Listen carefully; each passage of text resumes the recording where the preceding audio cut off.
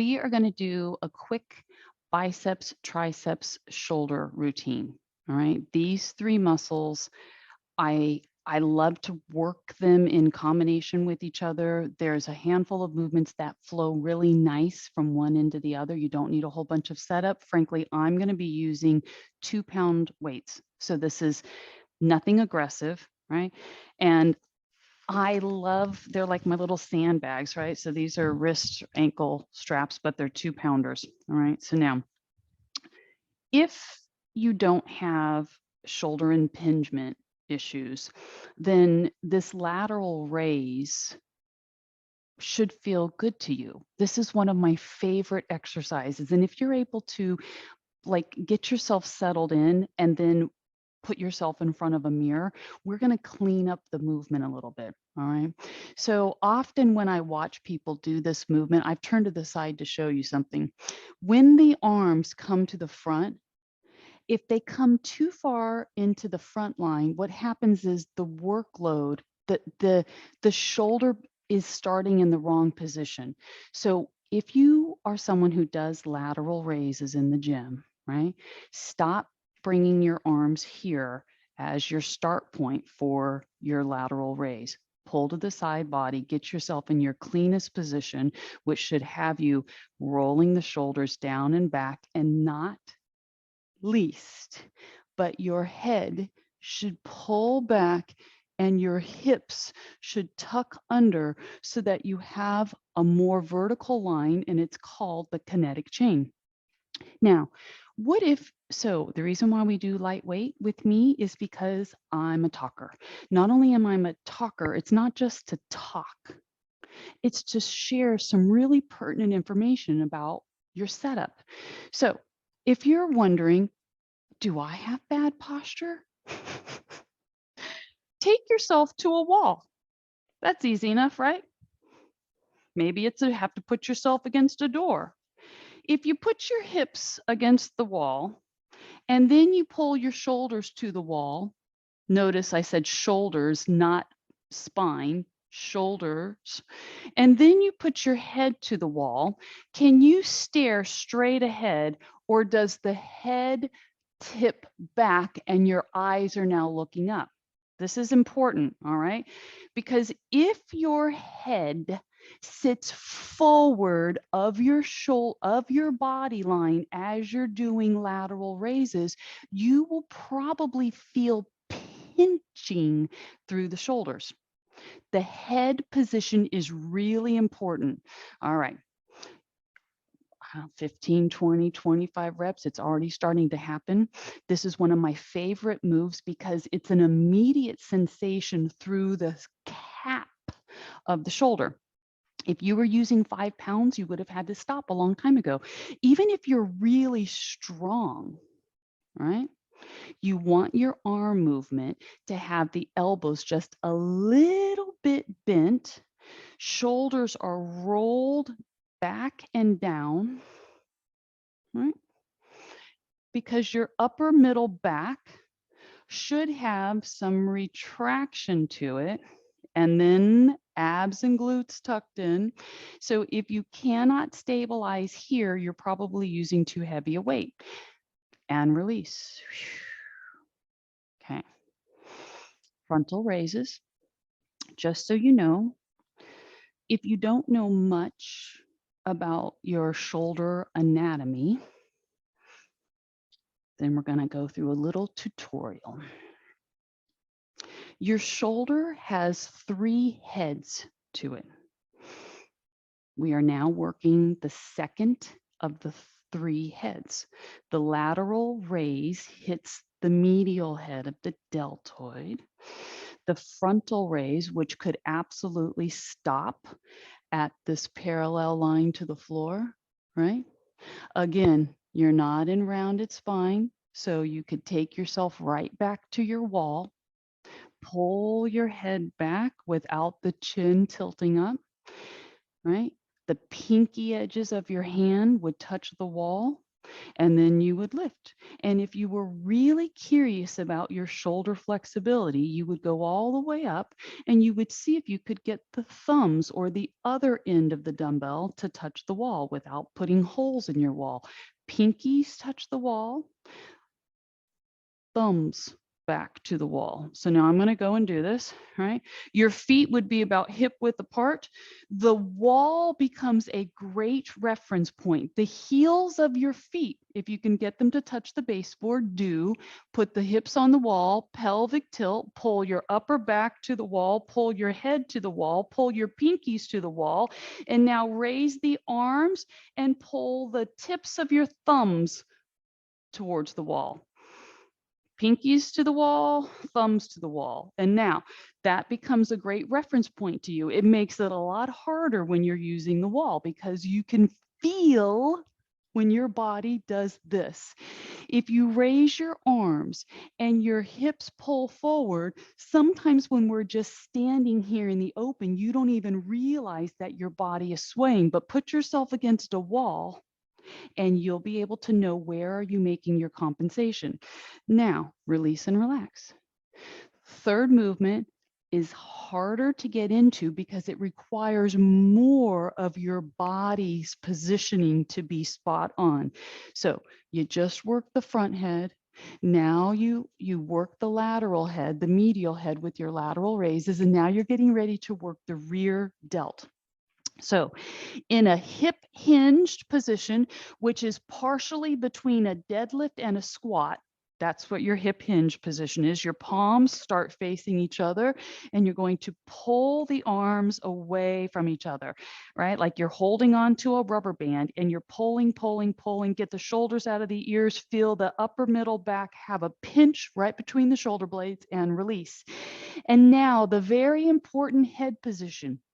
If you are facing the screen doing this with your gaze up, I need for you to tip your head down like there's a mirror on the floor that you're looking down at. And even better reference point would be for you to turn to the side so that if you were viewing the screen, you'd be looking like this. Now, what I want you to try to I'm going to remind you, but this is something you can be looking down and still you're kind of looking forward instead of down, right? So I want you to draw your chin down as if you're trying to hold an orange between your jawline and the chest. All right. And that's your fixed firm point. Bend the legs. The back is tabletop spine. Push it out. 5 more. 5, pull the belly in. 4, inhale down, exhale up. 3, you're not just flapping the arms up. They stop when they're parallel to the floor. Give me one more good one. Down, pull, release, and up. 3 back-to-back moves for shoulders, and that's why I use light weights. Right? So now we're going to get into a little bit of tricep work. We're going to be doing single arm tricep, but we're going to lay our body over our chair. All right. If you had a bench, you could lay down on your bench, right? So chair it is for me.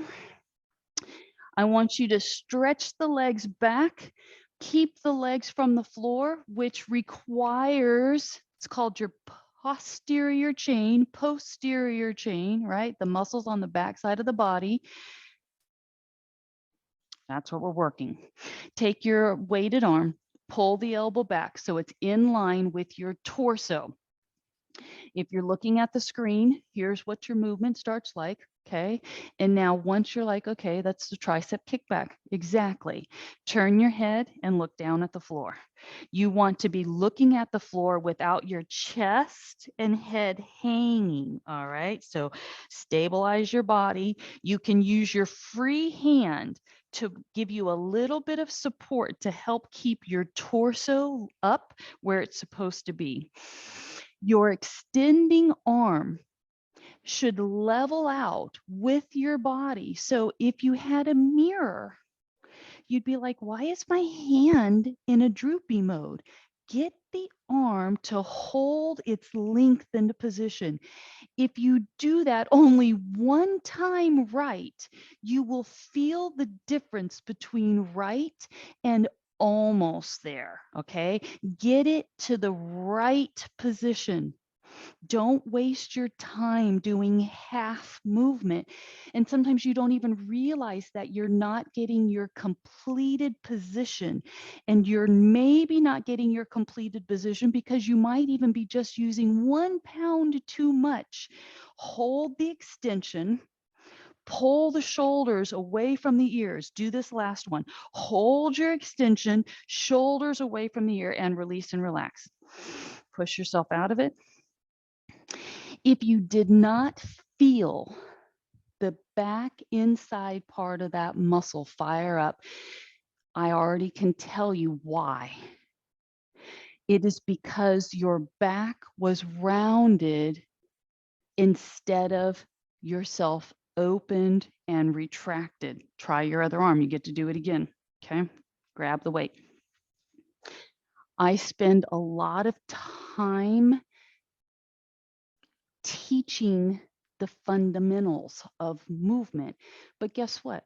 You can hear the words and go, okay, I absolutely understand what Michelle is saying, but why is it that I can't get into the finished position? And it has everything to do with your posture.